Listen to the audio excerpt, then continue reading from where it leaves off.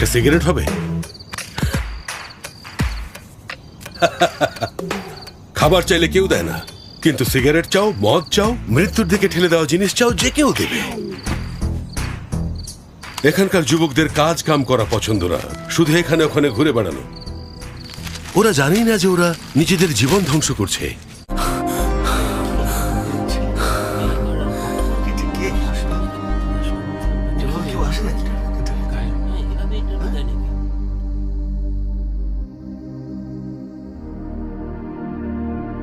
এর অবস্থাটা দেখেছেন? তরুণ ছেলে তো। আমাদের দেশের প্রায় 70% মানুষই তরুণ প্রজন্মের। এত তরুণ পৃথিবীর কোনো দেশেই নেই। আমাদের দেশ তরুণ দেশ। তো বলুন, তরুণদের দৃষ্টিভঙ্গি কেমন হওয়া উচিত? আমাদের দেশের সবচেয়ে বড় সমস্যা দারিদ্রতা স্যার। এটা ঠিক করলে সব ঠিক হয়ে যাবে। আর দ্বিতীয় বড় সমস্যা হলো অশিক্ষা। সবাই পড়াশোনা করতে পারবে সেই ব্যবস্থা করা উচিত। তবে এই সমস্ত সমস্যার চেয়েও বড় আর একটা সমস্যা আছে, লো অ্যাসপিরেশন। লো অ্যাসপিরেশন একটা ইন্টারন্যাশনাল ক্রাইম। এটা যদি মন থেকে দূর করা যায় তাহলে এমনিতেই সব ঠিক হয়ে যাবে। কিভাবে আপনি এত ডিপ চিন্তা করেন আর এত ক্লারিটি বা কিভাবে আসলো? গাইডেন্স ফ্রম এনিবডি, নাকি কেউ আপনাকে এসব বলতে শিখিয়ে দিয়েছে?